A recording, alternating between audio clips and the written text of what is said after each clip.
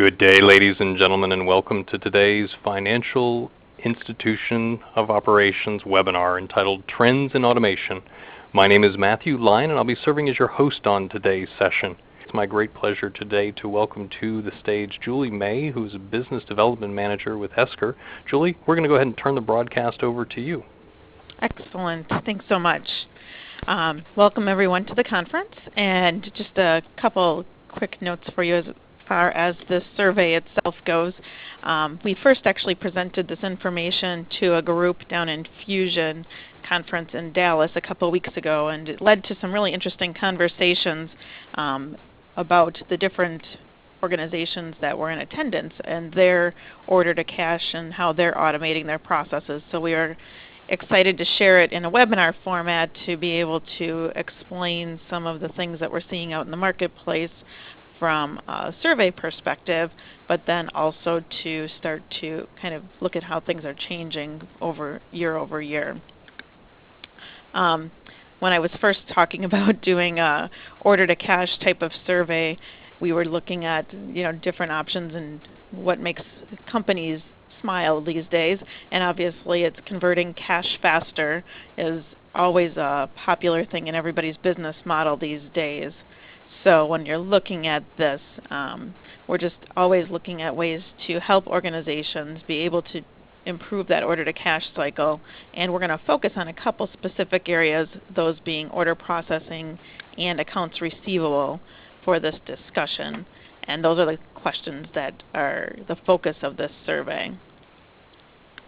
Just a little bit about me real quick.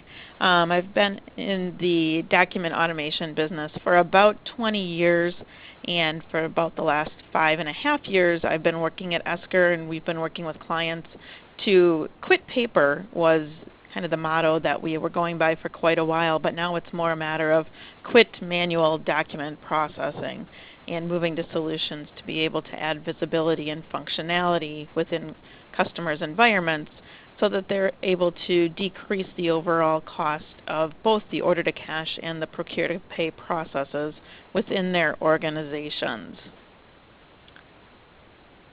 As far as kind of the agenda for this webinar, just want to help everybody kind of get a feel for the steps that we'll go through as far as the discussion points.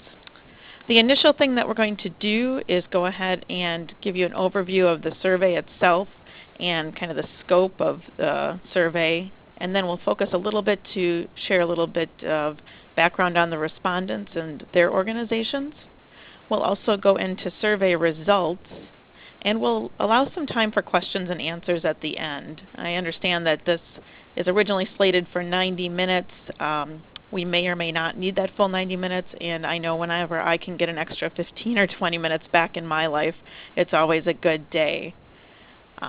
Earlier, Matthew had mentioned that we are going to have a few poll questions as we're walking through, so this can be a little bit interactive with some feedback from the group to help me kind of tailor the comments that we're making and talk about a few specific cases as we walk through. And with that, I'm going to go ahead and hand it over to Matthew for that first poll question.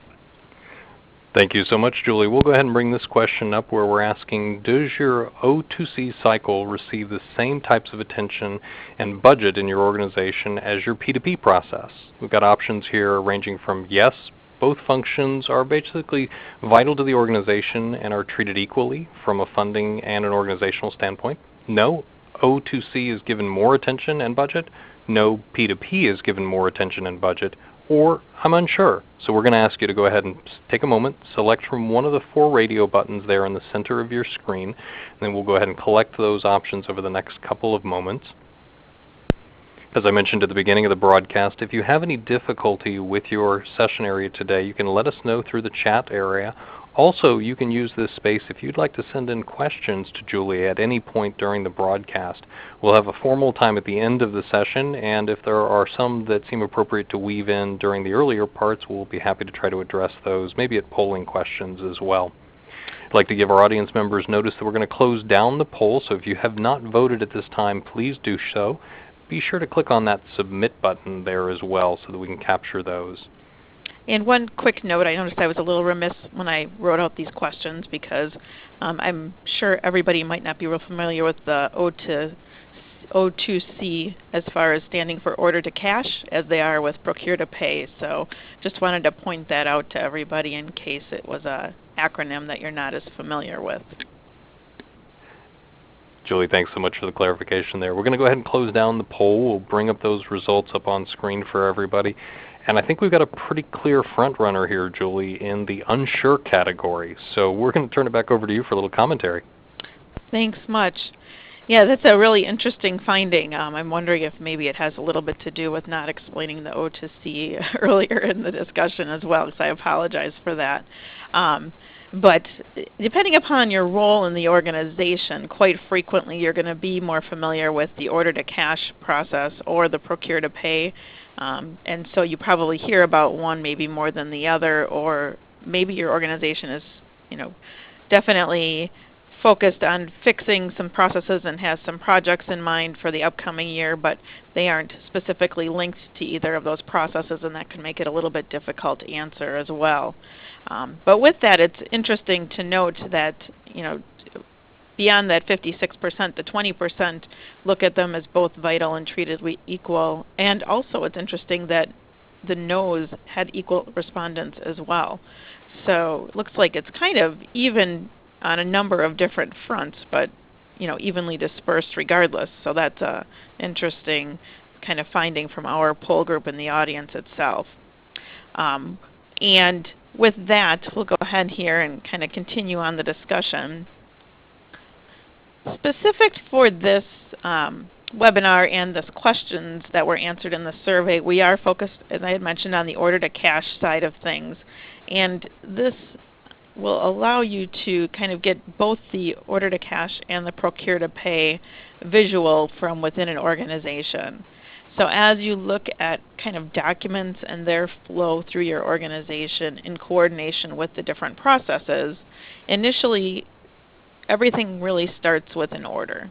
And when we say that, the thought is that over on the left-hand side you've got your customers, and your customers initially come in and they place an order.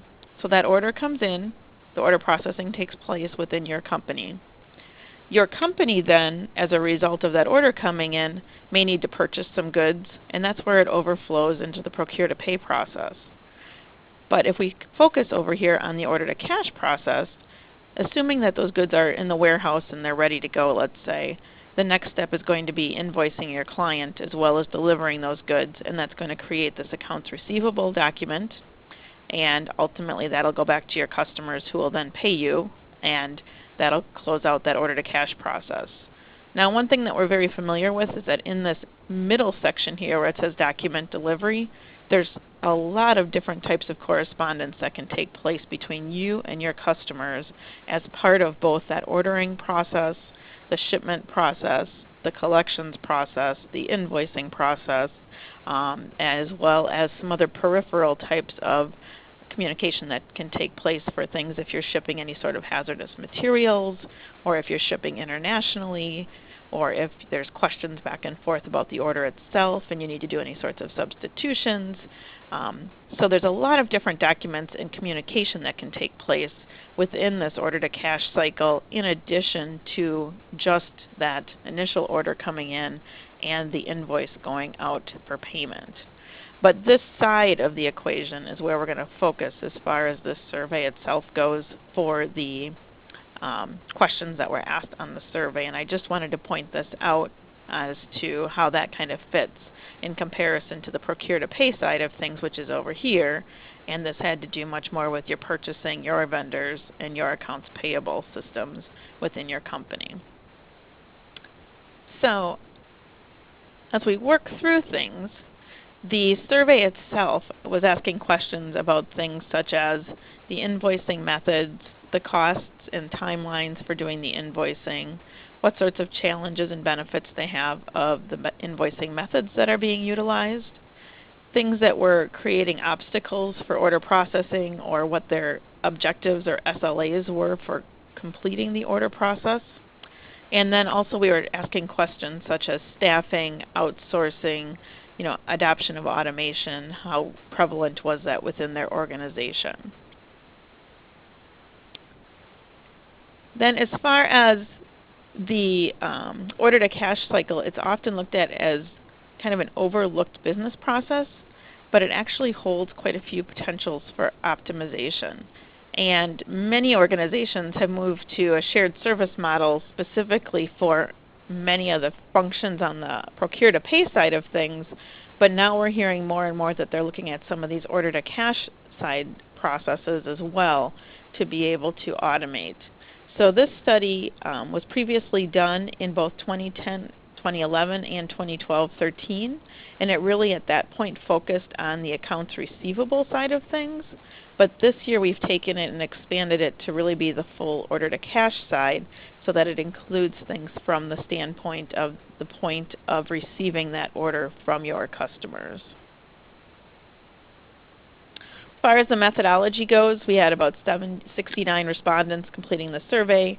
2/3 of them were people that had answered AR questions, and about 1/3 were order processing questions because of the role that they were in within their organizations. Depending upon which side it was that they were answering questions on, either way they had about 40 questions that were asked. So that was the focus of them answering, was specific to their role. Most questions could be answered with a single click, so we were trying to make it a very quick and painless survey for people to walk through. And others were where they were asked to retrieve some data or offer an open-ended answer. They were also given, quite a lengthy time frame to be able to take the survey, so that we wanted people to be able to complete it at their leisure. As far as the respondents go, that's the next topic that we're going to talk about here, but the first thing that we wanted to do is move on to our next poll question, so I'm going to hand it back to Matthew for a few minutes. Thank you again, Julie. So this time we'd like to find out what part of the organization you are supporting. So our question here is, what is your primary role within your organization? Are you in the invoicing and cash collection area? Are you in the customer support services and order processing side? Or are you in the accounts payable? We're going to make an assumption here that you don't need one for don't know or unsure, and that you do know which role you're playing. So please go ahead and give us that input if you wouldn't mind. As we've done previously, we'll share out those results here in a few seconds, and I'm watching those as they come through. Thank you so much. Don't forget to click on that submit button so that we can capture your input as well. And as we go through, again, if you have questions at any point during the broadcast, you can simply type those into the chat area, and we'll be able to address those later on in our broadcast. I'd like to give notice at this time that I am going to go ahead and close down the poll, so if you haven't voted, please get that in very quickly, and we'll bring those results up on screen here. And Julie, I've gone ahead and published those results to everyone as well, so we're going to turn it back over to you. Great, thanks so much. As you can see, we've got the majority of people that are joining our call today are actually in the accounts payable space, which is obviously a little bit more on the procure to pay side of the house than the order to cash side. Hopefully this information is actually helpful to you as well. I know that when we did the session at Fusion, we had quite a few accounts payable people in the room just because of the nature of the conference that we were at. But they actually came up to us upon the end of the conference and at the end of the discussion and said how much they enjoyed kind of learning about the other side of the house, and how they had actually learned a few things that they thought were interesting that they could share with the people that handled, receivables and order processing within their organization, and that also it gave them some insight as to how these documents are being handled kind of on the other side of the fence within their organization. So I'm hoping that you'll find some of these things to be as interesting as well. Regarding the groups that are in invoicing and customer support, you probably are in the order to cash side of the world all the time, and that these are types of functions that you're very familiar with and that you're probably trying to improve upon for your organization on an ongoing basis, I would assume. So this is probably a survey that's kind of right in your wheelhouse. As we move kind of onwards, we'll go ahead and talk a little bit more about the respondents for the survey itself. And one thing that we found was that we had an interesting mixture of people that were responding as far as the size of their company by revenue. So when you're looking at things, what we found was that we had people responding that were in organizations that were significantly less than 100 million per year, which was about 22% of our respondents. We also had people that were responding in organizations that were between 1 billion and almost 5 billion per year, were about 28%. So if you look at those two set groups, we have, almost half of the respondents were either in rather small organizations comparatively or rather large organizations comparatively. And then when you look at the other results, we had 17% were 100 million to 500 million, 500 million to a billion, 7%, 12% were in the 5 to 10 billion per year, and 14% had annual revenue of over 10 billion. Then when we're looking at the invoices that the survey respondents are creating and sending out each month, there were 35% that are creating fewer than 1,000 invoices that they're sending out per month. And given kind of the mix of the company revenue sizes that we saw in the survey, I would venture to guess that some of the respondents are in organizations that have very, very large shipments of things that are very costly, so that they don't have a large volume of invoices that are being sent.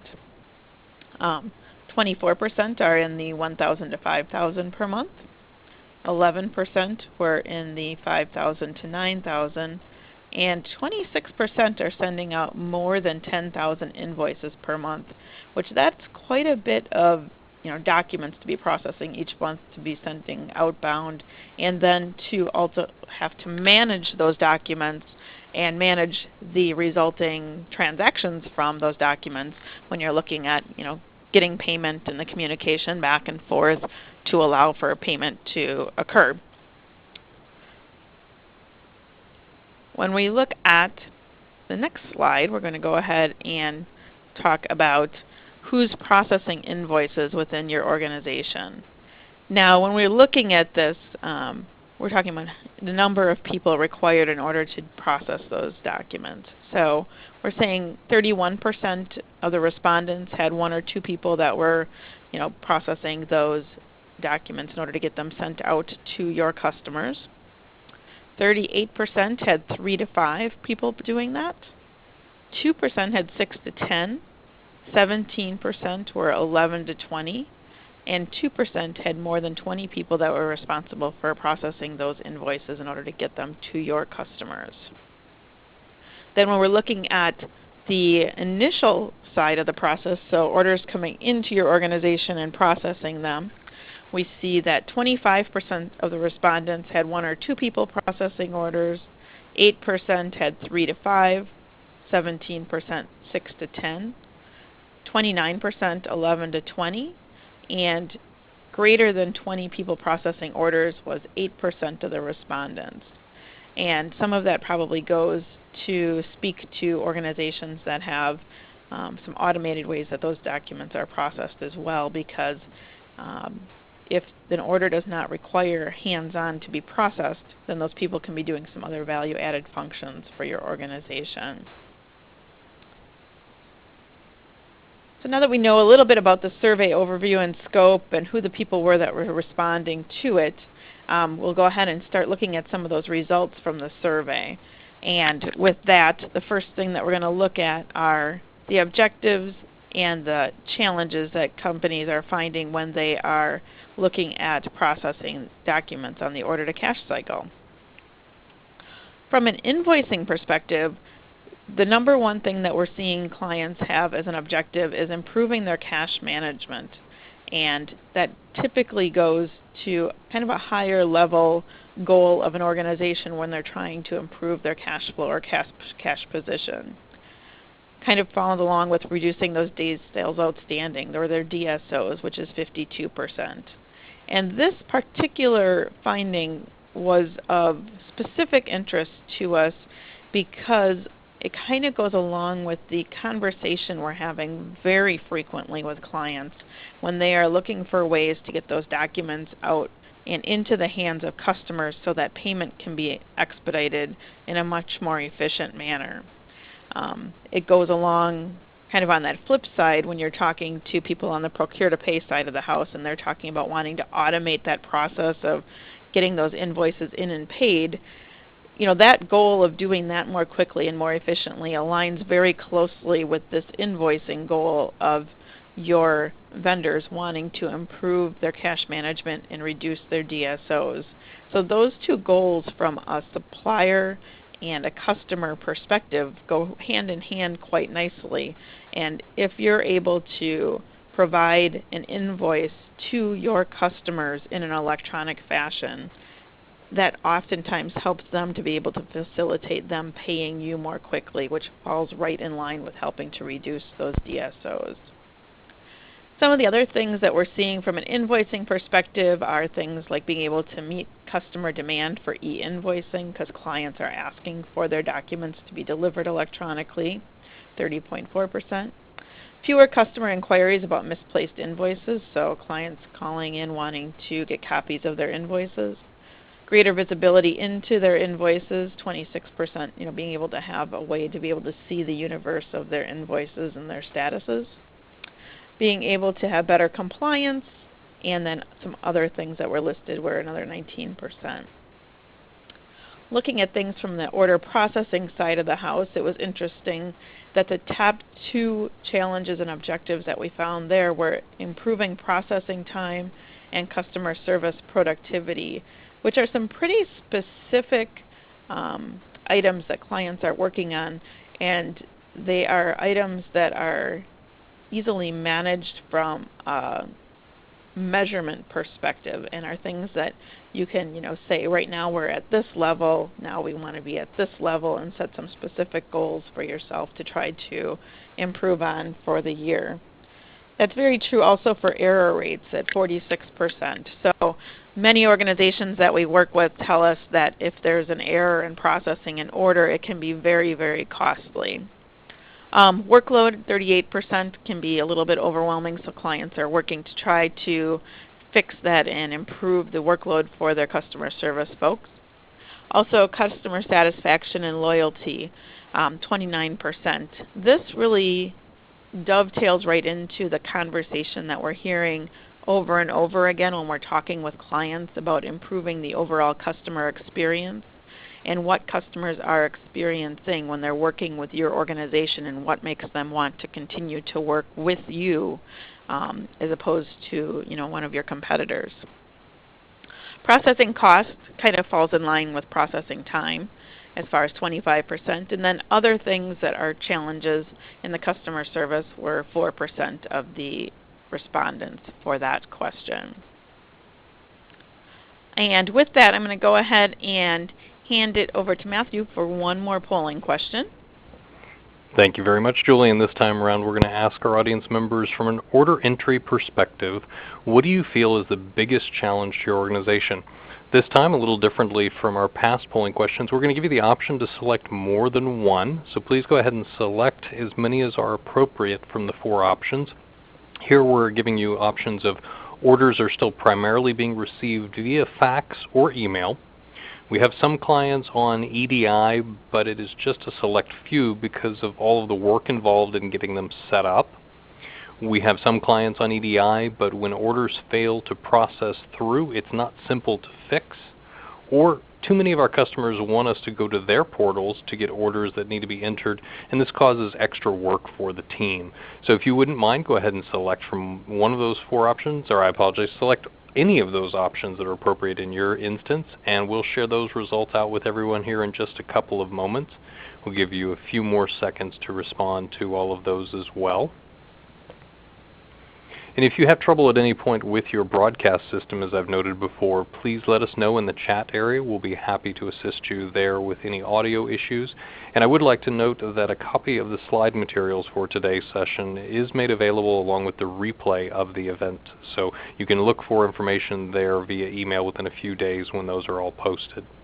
At this time, I'm going to go ahead and close down the poll for everyone, bring those results up on screen. And Julie, we're going to come back to you for the commentary. Thanks much. This is interesting findings in that it is pretty reflective of what we hear when we're talking with customers. And when we were doing the session at Fusion, I got some of the response back when we were having people respond, with raising their hand.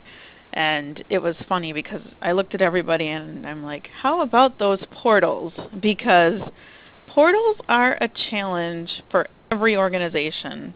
And the reason I say that is because every organization wants to have a portal for their own purposes, and I think every organization is very portal heavy when it comes to the portals that they're being requested to visit, whether it be for order processing or for getting invoices from your vendors or for placing orders. And the portal world is really getting to be a challenge, I think, for every organization. A good example I have is I've got a client in the Fort Worth, Texas area, and they shared with me last week that they have 3 customer service people who their entire job all day, every day is to go to their customer portals, so to their customers' portal sites, and download orders that they then process. And that is 3 people just doing that one task. Now I'm sure all of their customers where they're going to these portals think they're fabulous because those customers are able to put those orders out there and can track, when their vendors came and got them and their processing. But from the order processing side, rather than helping to facilitate something more quickly and efficiently, you've just added another step to the process and taken it out of the regular order processing stream. Same thing can be true from an accounts receivable standpoint. If you're an organization that has many, many customers, that has their own accounts receivable portal, and you're being requested to go to your customers' portals in order to enter in your invoice data, not only do you have to enter it into your ERP to be able to process that order, but now you have to go to that customer's portal to enter in their invoice data. And now you've just doubled the work potentially for processing that order for your own organization to your customer. So portals are really interesting, and unfortunately I don't have a magic bullet answer, but I do know it's something that is getting a lot of focus and conversation, both I think on your side as far as organizations that have to deal with portals, and also on our side, from a vendor standpoint, and how can these portals start to talk to one another a little bit better, and how do you start to make it easier so that if I am a company and I need to send you an invoice, for example, I might be able to send it to you via email with a file attached that portal can pick up and run with. Or if I am a customer wanting to order from your company, how can I both utilize my portal to have it populated there that there's an order, but rather than just sending you a notification that you need to come and get this order, maybe I can send you that order with a file attached that's electronic that I can then upload into my system.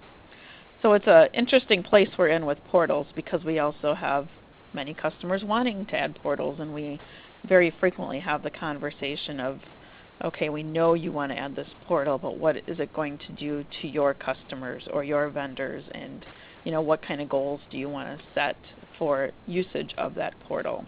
So, sorry, got a little bit off my soapbox there on portals. So.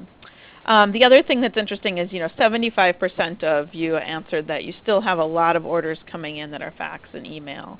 And this is something that is prevalent, I think, with just about every organization that we talk with anyway. But it's interesting because of the fact that it is causing challenges, even in organizations that have a strong EDI presence, because of the fact that they have to deal with it and have to figure out ways to be able to process those orders, even if they're also getting EDI orders in, and it continues to be something that can be a challenge for the organization. So it's something to kind of keep in mind that there are some ways that you can look at automating those processes when there's fax and email orders, even if you're getting the majority of your documents in via EDI, but those fax and email orders are taking up a significant chunk of customer service resources that can be a challenge for organizations. And so with that, we can go ahead and kind of look at some more responses from the surveys. And when we're talking about the people that had taken the survey itself, they had kind of found some of the same type of things that you had explained. And that is that, a little over a quarter of them are getting orders in mail and email. And I'm wondering if some of these respondents took mail to be email even, because I don't know of too many organizations that are still receiving a lot of orders by postal mail.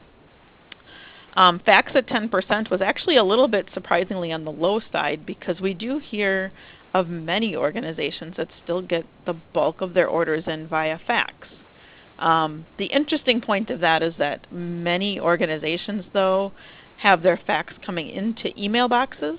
So I'm thinking that that could have something to do with this response as well, because even though it truly came in via fax, it lands in your email box and can be processed as such.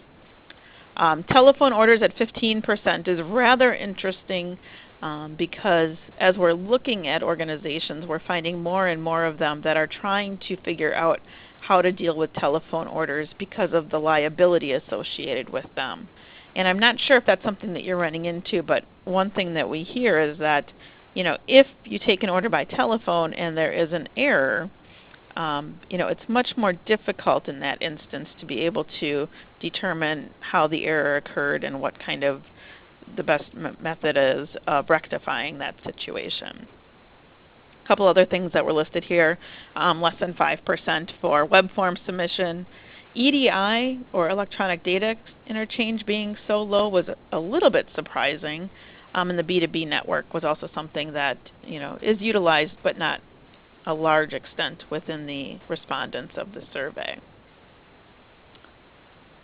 Invoice delivery methods. This is another one where people were allowed to respond, and when we're looking at it, the way that people are receiving invoices, the 52% still noting paper is interesting in a couple ways.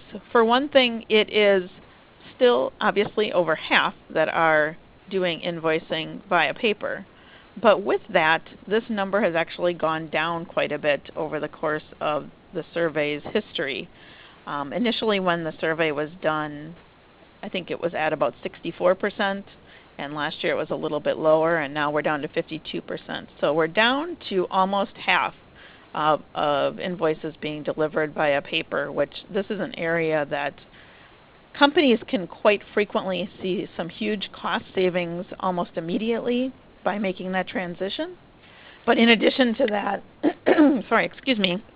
they can also see that they're able to get those documents to their customers much more quickly, even if it's just by making the transition over to email.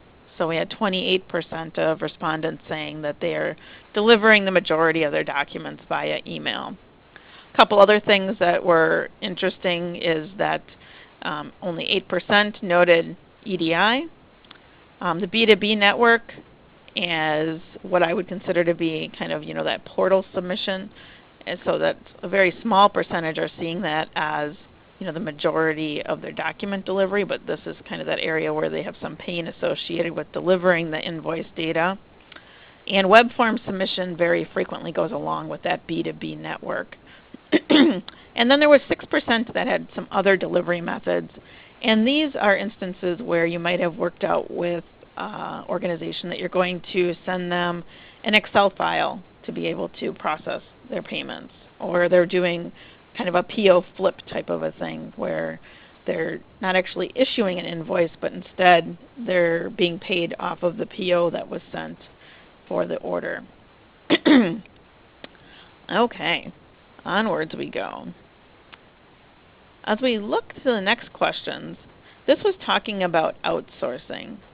And it's an interesting finding that we have when we look at this, because having 65% saying that they have no current plans to outsource, and that they have, over half looking to really keep these processes in-house. And we kind of theorized that this is most likely due to the fact that cash is near and dear to every organization's heart, and AR processing is something that is really the core of an organization when it comes to collecting the cash for those invoices that have been processed and making sure that they're getting timely payment. So it's something that seems to be less of a focus from an AR process outsourcing perspective. And it's also nice because it offers a little bit of comfort for people in those positions to know that that's something that is not typically looked at to outsource. The other interesting thing is that the other larger number is 20% that they've already outsourced part of the AR process. And when we look at that consideration, typically this means that clients have outsourced something like maybe the printing of the documents, or they've outsourced so that they have that portal that's being supported by a third party. But there's almost always still significant portions of the AR process, and when I say that I mean everything from the issuance of the invoices to the statements being sent out, to the collection calls, to the receiving the cash in and doing the cash application process, that remains in-house. It's not typically one of the processes that we see outsourced completely. Couple other answers in regards to that. There's 2% that say, yep, we're going to do this and it's within the next 6 months, 2% within the next 12 months, 2% probably, but we're not exactly sure the timeline, and then about 10% said that they weren't really sure of outsourcing plans for the AR process. Then when we're talking about implementing an e-invoicing solution, so this would be people that were looking at implementing, part of their AR process potentially moving electronic, and how are they going to deliver that. So almost half of the respondents said that they've already implemented some sort of e-invoicing solution. Now this could be many different things across the board depending upon how they're defining e-invoicing, but it's interesting that we're still at the point where only half of the companies have done that, and so it leaves a great opportunity for the other half of the organizations that were involved to be able to save some time and increase the flow of cash into your organization for those 50% that have not made that move yet.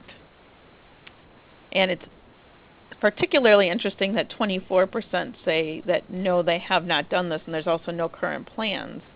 So I would venture to guess that this almost quarter of respondents will find a day where this will become kind of a focus within their organization as they're examining ways that they can get cash more quickly into their organization. Because I don't know about you, but I think every organization that I've been affiliated with in my professional career at some point really starts to examine that order to cash process and trying to figure out what is the most efficient ways to get the order, and actually it can even go back to the quote to the customer. So the quote turned into an order, the order turned into a shipment, the shipment turned into an invoice, the invoice turned into cash. And how can they shorten up that cycle as quickly as possible and as efficiently as possible so that they can get that money the fastest, so that they can then turn around and utilize it for things that are necessary within your organization to be best in class. So when we're also looking at some of these other answers here, 7% said no, but we plan to, just not sure exactly the time horizon. 5% say they're going to do it within the next 12 months, 5% within the 6-month period. And again, we had about 10% saying we're not 100% sure, if we have e-invoicing or if it's going to be something that's going to be looked at implementing kind of an automated fashion of doing that. The next item that we talked about were what were the main obstacles that you're facing when you're looking at order-to-cash technology initiatives within your organization. And I think the most interesting thing that we found was that there are many, many responses, and you can see that this is a very colorful pie chart. And this is really what we found with the organization that were in our session at Fusion as well. almost everybody had some sort of order-to-cash initiative that they would love to see happening within their organization, but they're running into obstacles when they're looking at ways to do things. So when we look at the responses here, we said about 20% had, a lack of internal support for technology changes, and 10% a lack of internal support for process changes. And both of those are rather interesting, because one of the things that we really focus on with clients when we're looking at some of these processes and looking at automating is, how do you manage change and how do you facilitate change within your organization? And these are things that can be really, really difficult, especially if you've had, a very good customer service department that has a good process in place for manually keying in those orders, and, they've done it for many, many years this way, and it seems to work quite nicely. It comes down to almost a you don't know what you don't know type of situation. And when you do get visibility into those things, the things that you can then use as a jumping off point are just amazing. What you can learn and what you can improve upon and how you can make your customers' lives better when you have some of these things in place are really quite profound from what we've found when we're working with our clients. One of the other things that are, high percentage of answers here, 20% of clients saying, senior level support for these sort of technology initiatives just isn't there. And I think quite frequently this could be the direct result of, again, you don't know what you don't know. And so senior level support people and senior level executives within your organization might not know exactly how the orders are processed, or might not know exactly what the possibilities are for improving that process or for improving the invoicing process, and might not have a good idea as far as truly how much of an effect you could have on the bottom line for your organization by improving some of these processes.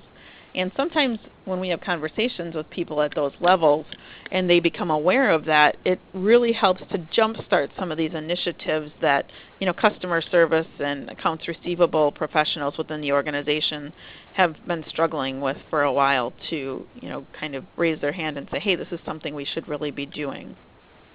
A couple other things that came to light here: difficulty integrating an AR automation solution with your current business applications. That's something that we work with clients with quite frequently when they've got, an application that's a legacy application, and, it doesn't play nice necessarily with making things pretty or making things automated. And how can we still help you achieve some of these goals that you have as an organization, even though the infrastructure you have in place makes it a little bit more challenging. Another item here: insufficient resources to ensure the delivery of invoices through an automation tool. That's something that, some reporting and functionality can help with, but you need to know what the possibilities are that are out there. This one's an interesting one: too many formats for invoices.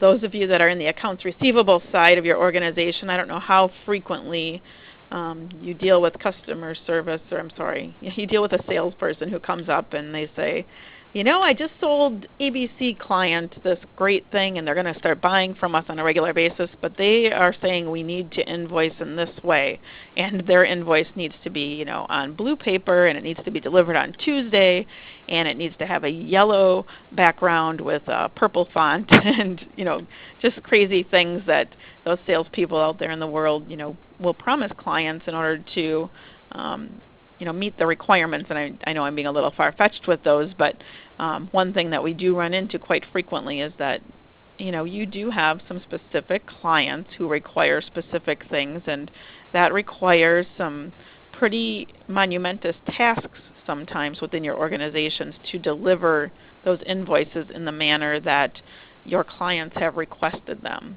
So looking at ways to either minimize the exceptions or to be able to automate some of those requirements is something that is a frequent conversation that we have, and should not necessarily stop you from having a way to automate if it's something that's a goal of your organization. Couple other things that came to light here, 10% when we look at compliance and regulatory concerns. That's something that we are hearing more and more, especially if you do a lot of invoicing into Europe. European countries have some very specific invoicing requirements that are quite different in the States. We often joke here in the States that an invoice is kind of, we're sending you a piece of paper requesting that you pay this amount, but, do what you will and send us some money, please. Whereas in Europe, an invoice is actually considered to be a legal document, and it has much greater weight, and it's used very specifically in relation to VAT taxes. And it has some specific requirements around it that here in the States we don't have to be quite as stringent when it comes to those things. So being able to ensure that you have authenticity of those invoices is something that can be very helpful for organizations if they're looking to move to e-invoicing, but not quite certain how to do it, and make sure you're in compliance with all the requirements for all the countries that you invoice into. One other note here, and that's just that 0% saying lack of customer adoption for e-invoicing. And I thought that this was particularly interesting because of the fact that this is proving out that customers are asking to get invoices electronically, and that's what we're seeing in this survey. And it's notable because if you're an organization that has been hesitant to make that move, you maybe can use this fact to help kind of push it within your organization and kind of make the case for, yeah, our customers want to receive these invoices electronically because that allows them to pick it up and run with it from an electronic perspective to pay us faster. And that's something that can help your organization tremendously in improving your cash flow. And the fact that 0% of people said that this was an obstacle in doing an implementation was particularly interesting, because sometimes I think organizations aren't sure if their customers are ready to make that transition. And this just kind of proved out that we think that, what we're seeing out in the marketplace is that clients want to receive those documents electronically, preferably over paper. So with that, I'm going to go ahead and hand it over to Matthew for the next poll question. Thank you very much, Julie. And this time around, we're going to ask you the question of, when it comes to invoicing, what percentage of your invoices are being sent out on paper versus email or other electronic methods? So we're looking for the number that you're sending out via physical paper, and is it 75 to 100%, 50 to 74%, 25 to 49%, or less than 24% there. So if you wouldn't mind, go ahead and select from one of those four options. Be sure to click on that submit button so that we can collect those responses. And as we've noted throughout the broadcast, if you do have questions that you'd like to ask Julie, please go ahead and type those into the chat area. It's located on the left-hand side of your screen. You'll see the little send button there that will ensure that that's transmitted over to us as well. We'll give everyone just a couple more seconds here as we look to close down the poll. So if you haven't voted, please do so at this time. And at this time, ladies and gentlemen, I'm going to go ahead and close down that poll, bring up our bar chart with our results, and Julie, we're going to come back over to you. Thanks much. This is interesting, kind of in reflection of what we were looking at as far as the poll questions go from the survey itself. So when we're looking at this, looking at how many invoices or percent of invoices, I should say, are being sent out paper versus email or some other electronic method. And we've got a lot of respondents that are sending out the majority of your invoices still via paper. So could be a really good opportunity within your organizations to look at, how could we look at moving some of these invoices, or more of these invoices, I guess I should say, to an electronic method of delivery, so that we have less paper that we're handling, less cost involved with actually processing that document to get it out the door, but then also getting it to your customers more quickly so that they can start to process it and get the payment over to you more quickly. So it's good information to kind of be able to look and see as well, within the universe of people that are on this call, kind of how do you stack up or how do you compare? I think every organization that I talk to and work with on a regular basis is trying to get down to as little paper being generated to be mailed as possible, especially when you look at the changes we've seen in postal cost and how creating that paper document continues to go up and up and up in price and in time required. And so anything that you can do to be able to move more of those documents to an electronic means of delivery is just going to help your organization be more efficient as far as cash collection goes as well. So as we move on to some more of the responses here, kind of the biggest perceived benefit for e-invoicing. So when you're looking at the reasons that when you're looking at the reason that organizations are making that move to invoicing electronically, we're seeing quite a few respondents really kind of keying in on that cash is king type of reason for making that transition. And that kind of shows itself in this 26.2% saying improved cash management. Then the other interesting thing is greater visibility into your invoices, so 14.3%. And my hunch is that this kind of goes along with some of those clients that have those portals that we were talking about, and that those portals allow you very frequently to see when somebody has come in and picked up an invoice, if they've gone in, if they've got any sort of dispute, if you have visibility into being able to, how long it's going to take to process that. Those are some things that you can get visibility to when you move to e-invoicing that you really can't see when you put a piece of paper into the mail stream. The ability to meet customer demands for e-invoicing is 14.3% as well. So these are those clients that are saying, hey, we really want to receive those invoices electronically as opposed to getting them via paper. This reduced days outstanding, 16.7%, goes right along with that 26.2% for improved cash management. So if we look at things and we go ahead and add those two together, you're at, let's see, I'm going to give myself a math test here. About 42.9% are really focusing in on that improved cash management or reducing the days sales outstanding. So both of those are focusing in on bringing the cash into your organization much more quickly. And then the always infamous, I need a copy of that invoice. 14.3% are looking at having that ability to send invoices electronically and possibly have a portal where clients can go and pick up a copy of that invoice so that those customer service type of calls can be lessened and that clients can be a little bit more self-sufficient when it comes to looking at ways to have invoices that they can get copies of should it be necessary.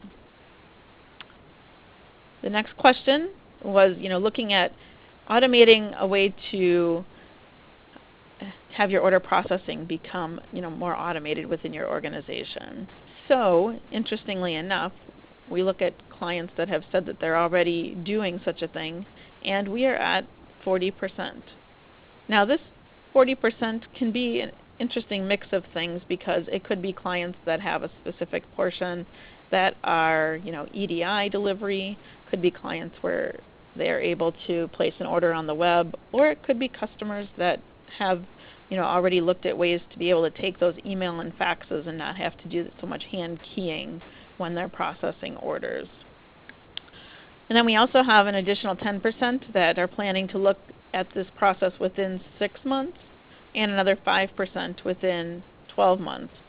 So if you kind of add all those groups together, we are at 55% of organizations either have an order processing solution in place or are looking to do so within the next year, which this is kind of becoming the next frontier we're seeing for organizations as they've already taken a look at that accounts payable process and how can you work to automate some of those accounts payable invoices as they're coming in and not necessarily need to have as much hands-on for processing.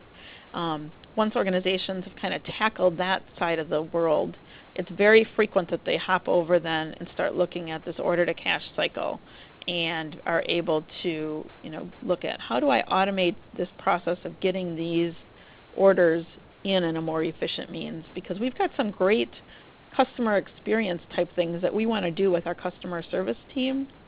And our customer service team right now is really kind of in the weeds having to process orders.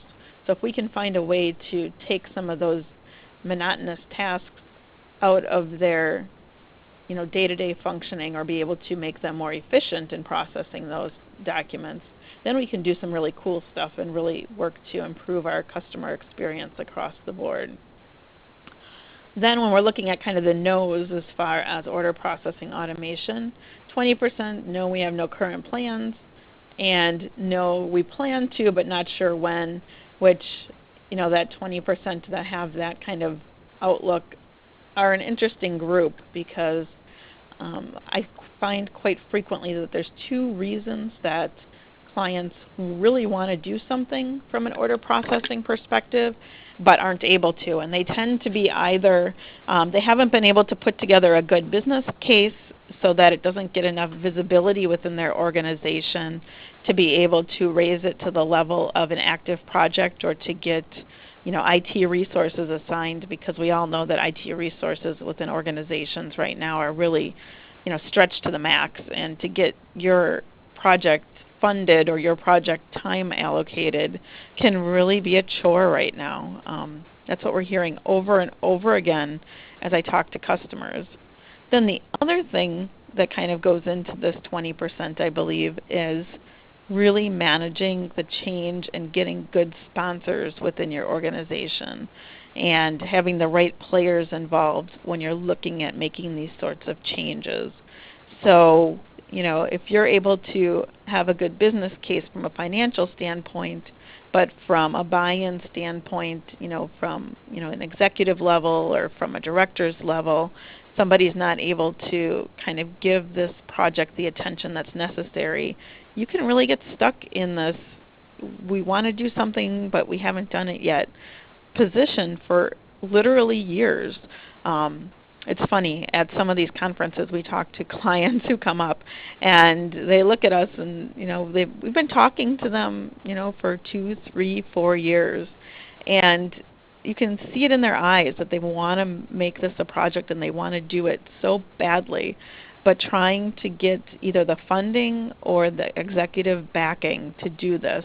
And sometimes they go hand in hand, and sometimes they're specifically linked to the funding, or specifically linked to how do you propose this as a change with your organization that is going to be supported.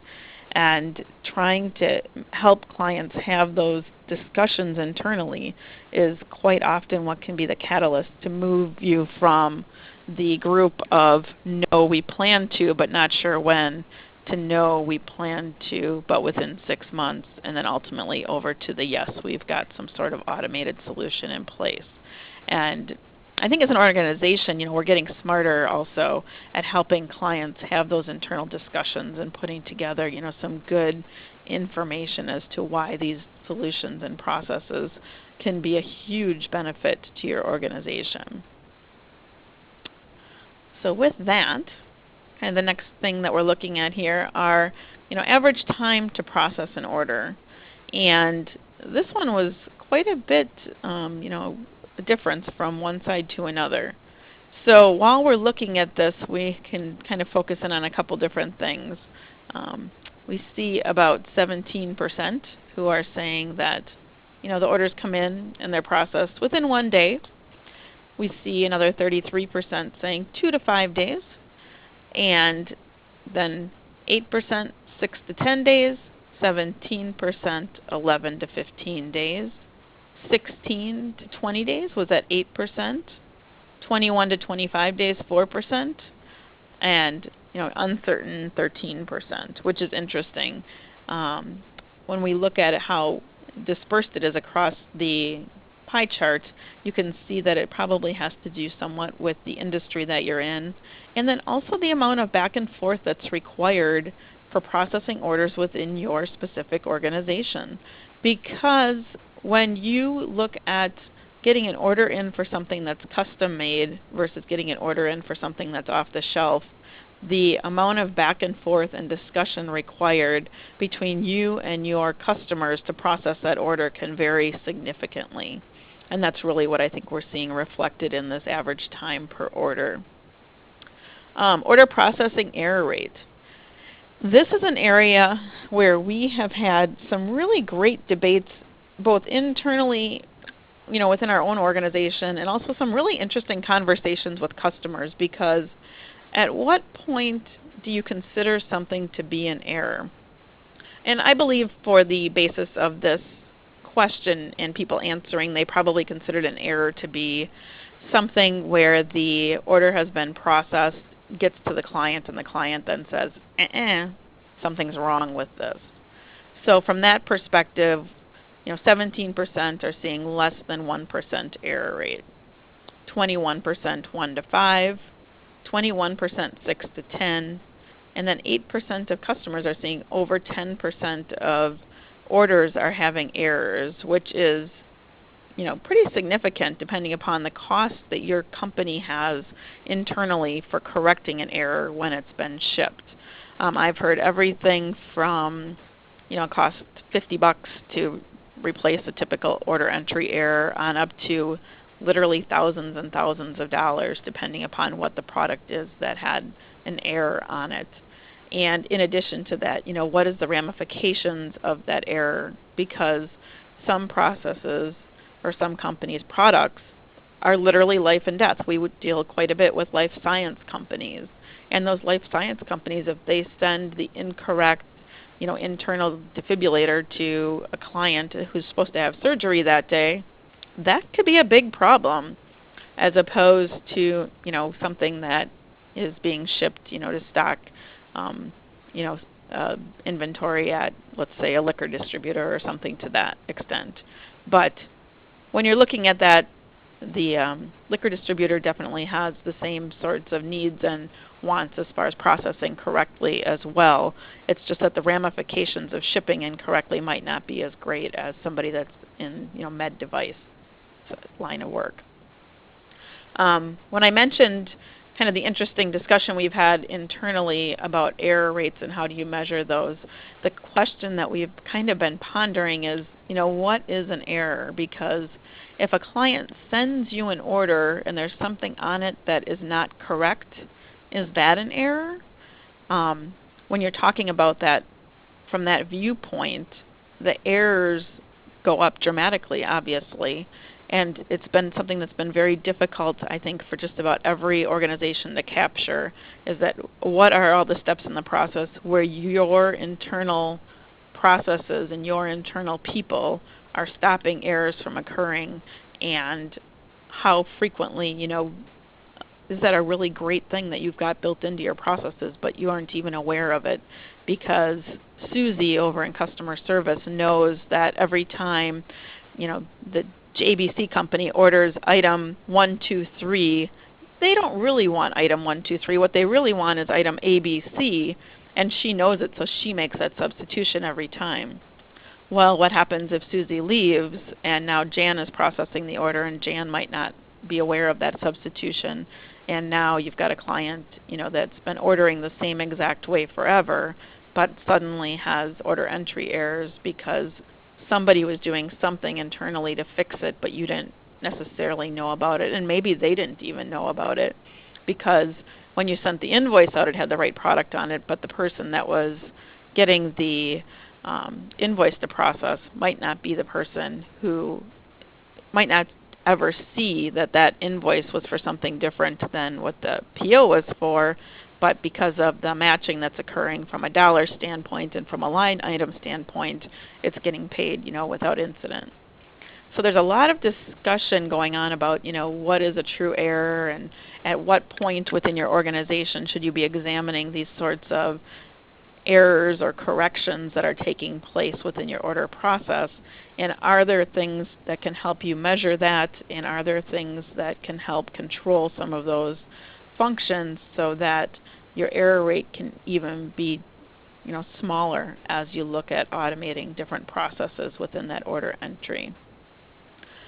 So as we look forward here, Just a couple things. I'm about to kind of wrap up from a conclusion standpoint as far as the scope of the survey goes and the findings that we had. But one note in general is that we found that it was very helpful to expand the scope of the survey, because accounts receivable was really a pretty narrow focus, but when we look at the full order to cash cycle, we're starting to see some great information that's being shared with us, but in addition looking for kind of trends that we can see year over year as time goes on, and we'll look at those things hopefully again next year and see what has changed in that full order to cash space.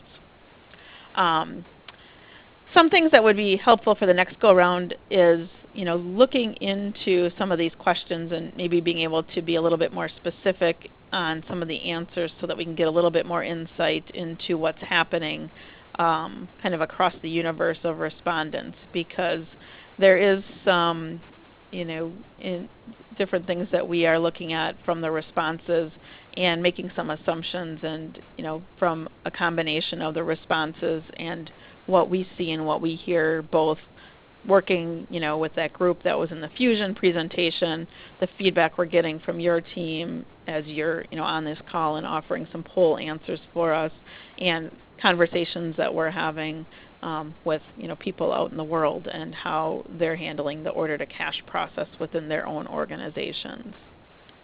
The goals for projects in the order to cash area are really starting to align nicely with corporate goals. We took a look at a number of different organizations, and kind of the feedback we've gotten from their goals for an organization, and looking into things such as their company annual report and kind of the core values of their organizations. And we're seeing some nice alignment in those areas, and that's really good, because one of the things that I just heard at a conference that was over the weekend, it was the Pulse conference, was talking about how do you help the customer service organization start to be viewed as a value-added group within your organization, and as a group that is playing specifically into your customer experience and is a true asset for your organization, as opposed to a cost or an expense line for your organization. And I come personally from the background of been a customer service manager for a number of years, and anybody that's sat in the customer service side of things or the accounts receivable side of things, you are very, very intimately familiar with how you get every single thing in your organization can be kind of dumped in your area in some instances, and that you're being asked to work with things that aren't necessarily specifically the result of your activities, but suddenly they're on your lap and you're trying to fix them. And the way that you present your organization to that customer, whether it be on a collection call or processing the order or calling to get clarification about something, that's how your organization is going to be perceived by that customer, for quite some time.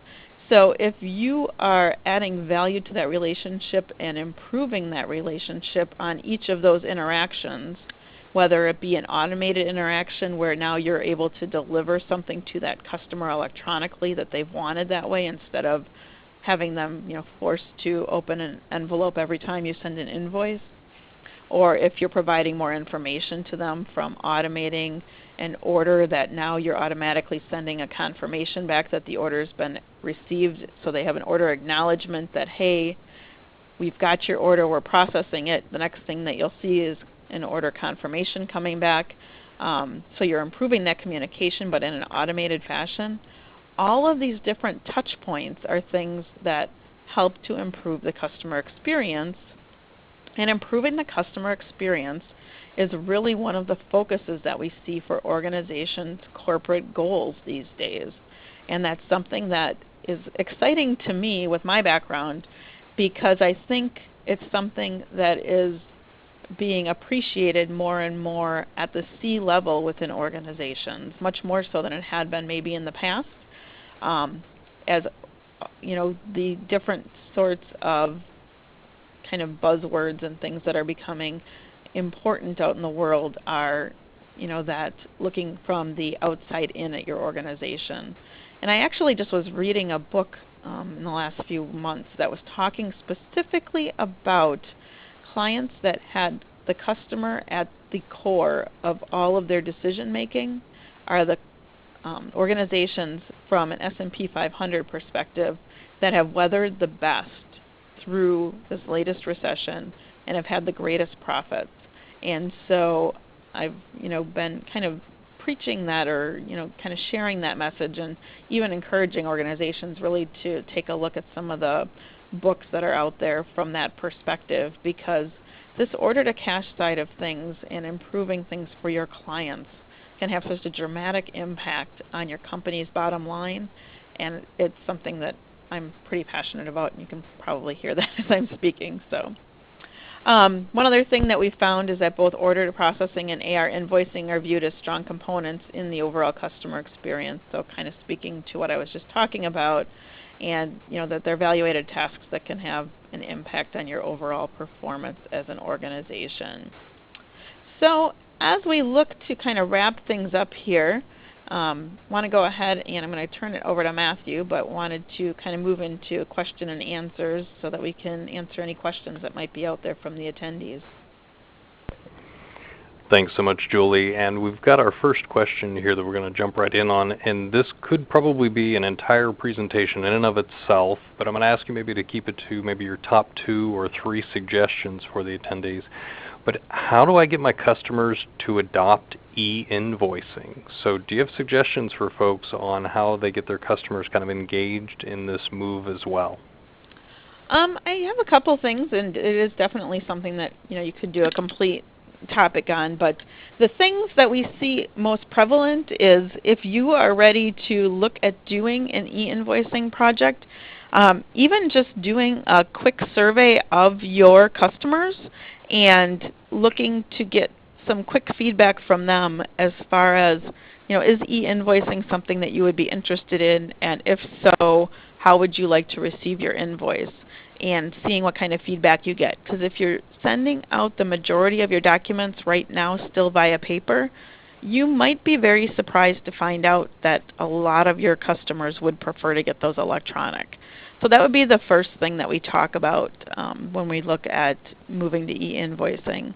Then the second is, some organizations take it from an opt-in perspective and some take it from an opt-out perspective, meaning that you make the decision as an organization that you're going to allow clients to say, yes, I want e-invoicing, and then those are the ones that will be delivered electronically. Or you tell customers, hey, we're going to e-invoicing, and unless you tell us otherwise, you will be getting your invoices electronically from now on, going, from a certain date going forward. And different organizations have different reasons for choosing either opt-in or opt-out. But kind of across the board, if you're able to do the opt-out, you'll probably see a higher acceptance of e-invoicing more quickly. But at the same time, if you're going to approach it from an opt-out perspective, you need to have some, kind of controls in place so that that clients have actually received that email and that it didn't, end up in their spam filter, and it's actually going to take even longer for them to get that invoice because maybe it never was even received in the first place. But these are things that we really work through with customers as we look at, making a move to e-invoicing, and kind of what strategy do you want to use for making that transition. And it's part of kind of the overall project plan, but it's definitely something that has some very concrete steps that you can take in order to at least get a good jumping off point to see where do you start from, a percentage basis of your clients being willing to take things to that electronic delivery method. That's great, Julie. Thanks so much. And we've heard a lot of talk, obviously, for this and many other areas of business of things moving to the cloud. And you touched a little bit upon this earlier, but wanted to see if you could maybe reiterate some of the benefits of automating in the cloud. And then I've got a follow-up question that somebody wrote in, which also is connected to this, which says, is it secure? And that's something that obviously people want to feel good about is, how is the data managed when it's in the cloud? So benefits, and then a little bit on the security side, if you wouldn't mind. Sure. When we're talking about the cloud, you'll hear a few different terms kind of being thrown around. It's the same thing as looking at using a service, or some people call it on demand. So those are different terms that you might hear related to moving to the cloud for invoicing. When we're talking about that, the benefits that clients see most of the time, the highest benefits that people make that sort of move are that they're having a hard time getting resources internally from an IT perspective. So if you make the move and you're able to do it in SaaS, that's another one, software as a service type environment, that allows you to make the move without requiring as much IT involvement from your own team in-house. So that can sometimes help to facilitate things more quickly. Another reason that people move to the cloud is quite frequently the cloud offers some functionality that maybe you don't have in-house, and to build it would be either too costly or too time-consuming.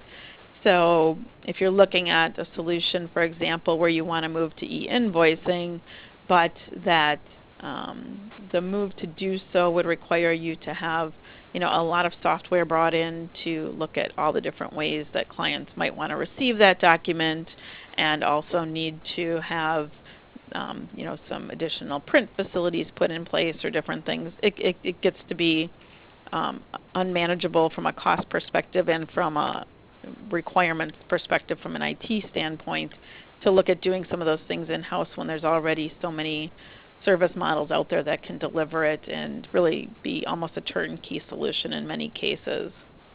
I know that the security standpoint is something that is top of mind for everybody these days. And if you're looking to make that sort of transition, the thing I would really encourage you to do is work with the provider that you're looking at working with, because there are some definite certifications that can be in place that can help to show you that they've gone through these sort of internal audits and third-party audits as well, to say that yes, the security is in place so that you can trust your data to be out there. In addition, we commonly allow clients or invite clients to come to our data center and do a walkthrough, and so that you see where your data is going to be stored and how it's going to be maintained for you, so that it's not just some idea that it's out there somewhere like in the sky, because that's something that makes people nervous. And if you see that while yes, it's a service and it's technically referred to as in the cloud, there's really a place where it's housed and there's a place where it's being processed, but that place needs to be secure and there needs to be backup. And if you know where that is and kind of what it looks like, it a lot of times can offer the level of comfort that allows you then to make that transition internally, whereas just thinking about it as kind of being out there someplace makes people nervous typically. Some great thoughts. Thanks, Julie, for that. And you shared earlier some great results there. You had a number of the pie charts kind of walking us through the survey results. And we had someone ask how these may have compared to what you've seen in the past. So how does this particular study maybe look backwards in time, and are you seeing changes or trends, specifically on the AR side? Right. I was going to say, because this is the first time that we ask the questions on the order processing side, so we'll start to hopefully see some of those trends starting next year if the survey is done again. But from an AR perspective, the interesting things that we've seen is that the amount of paper documents going out has dropped pretty considerably over the last two surveys that were done. I think the initial one was almost at 70%. Overall paper was still going out, and now it's down to about 50%. So while it's still, a significant portion going out via paper, it is dropping as we had expected.